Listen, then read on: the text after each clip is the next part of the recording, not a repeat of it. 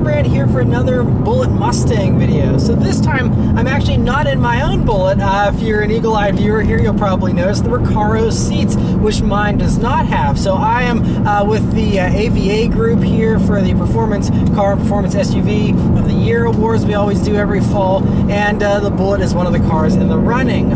So this one is actually one of the pilot production models here, pre-production, one of the ones they used on the launch events and all that type of stuff. And so this one is fully loaded. It has the Magnarite dampers, it has the electronics package, and the Recaro seats. And I've talked a lot about these Recaro seats and why I didn't get them in my vehicle already, but now that I actually have had some seat time in these Recaros, I wanted to do an actual, in-person review of these seats, and I think I changed my mind on a couple standpoints as far as these Recaros, but still have very much the same opinion in a lot of other ways.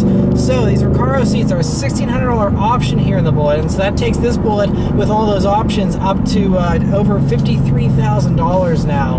And so you actually have to pay $1,600 for these seats, but to get these seats, you actually have to give up several options too. So you lose the heating and cooling of the seats, you lose the power function of the seats, and since this one has the electronics package, that usually gives you memory seats, but this also loses that, of course, since they're not power seats. So you don't have memory, you don't have power, you don't have heating or cooling, and you also have to pay an extra $1,600 to get these Recaros, which I personally think is a little insane, especially considering there's less complexity to these seats than what you get with the regular seats. So I would assume, it would be nice if Ford just made it a no-cost option of, okay, you want to give up all those nice options, great, and you can just get these other seats for free, and it's just a choice. But to pay extra, I personally couldn't do it. I love having heated seats whenever it's cooler.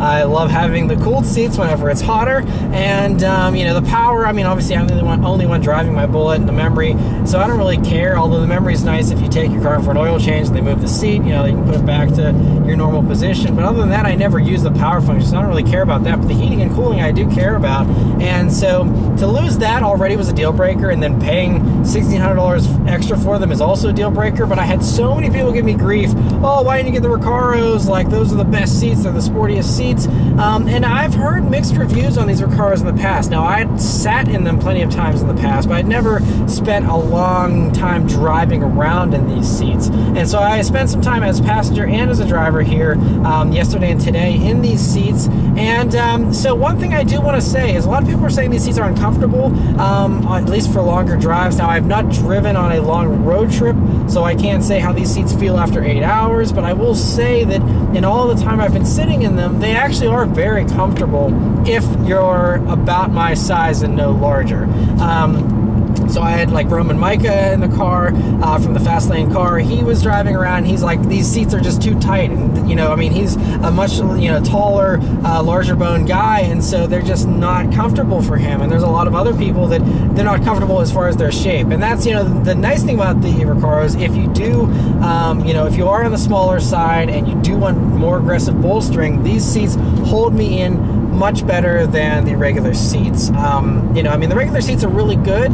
They still have really great bolstering, and honestly, for the thigh support, it's not that big of a difference. It's actually quite a small difference for the thigh. It's mostly just this torso here, where it really comes in a lot further, and it also kind of pinches up towards your shoulders a little bit too, which I heard some people complaining about as well over the course of the week here that we've been driving it. It comes down to personal preference. I definitely would suggest sitting in any Recaro seats. It's an option both in the Bullitt and, of course, in the regular GTs as well. But you definitely want to sit in them to see if they're going to fit your body type, because the last thing you want to do is spend a bunch of money, give up a bunch of options, and have them not be comfortable.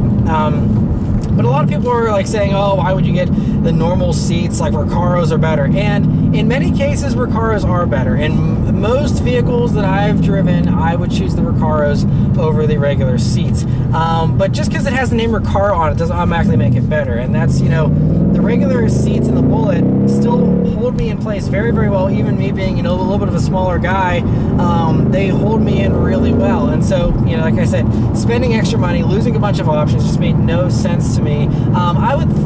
Will say, you know, if I either lived in a place where I never would use heating or cooling on the seats, then I would maybe consider it. You know, $1,600 is kind of a large chunk of change, but also kind of, you know, not a huge deal. Yeah, you know, and if you were to use this vehicle exclusively as a track car, or if you're taking it to the track every week, doing actual road course stuff with it, you know, if it's only maybe a weekend toy that you don't drive for long periods of time, and you don't care about heating and cooling seats, then sure, go for it. But, you know, I certainly don't look down on anyone for not getting them or for getting them. It just comes down to personal preference. But I will say that these seats are more comfortable than I remember Recaros being in the past. So I'd say there's something they improved, or just something that, you know, my memory kind of, you know, let me down on a little bit, because these seats are actually really comfortable for me, and I'm really nicely settled into them here. This one's also a little more broken in, which might be part of that as well. Brand new Recaros, I feel like, have a little more stuffing in them, or at least it's, you know, a little more firm in some ways, whereas this one now has almost 3,000 miles on this Bullitt. And so these seats, you can see they're kind of nicely worn in a little bit already, and so they're actually really cozy, and I do like them a lot. I still stand by my decision. I'm still happy I did not get the Recaros,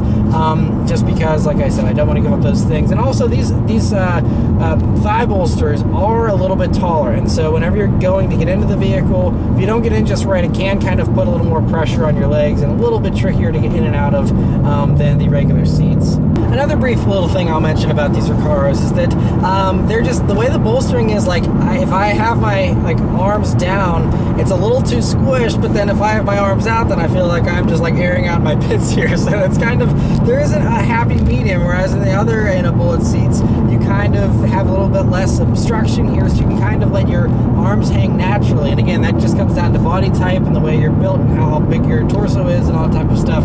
But just for me, there's just like, I can't seem to get a comfortable position. There are a couple of things that are a little bit more comfortable actually about these seats than the regular Bullitt seats, though, I think. First is that you actually do have the thigh part comes out a little bit longer, so it actually supports more of your thighs than you get with the regular seats. These kind of come out a little bit farther, and so that's nice actually whenever you're just cruising comfortably. And also, you know, since, you know, I do fit into these seats very nicely, it really kind of cocoon you in, and even though there isn't any kind of adjustable lumbar support here, I've noticed that I don't really feel a need for the lumbar, because it's just the way it's contoured. Again, at least for my back, it's just really nice, and it doesn't feel like there needs to be any kind of lumbar. It's just nicely contoured, and so in those ways, I'd say these seats are actually a little bit more comfortable than the regular Bullitt seats.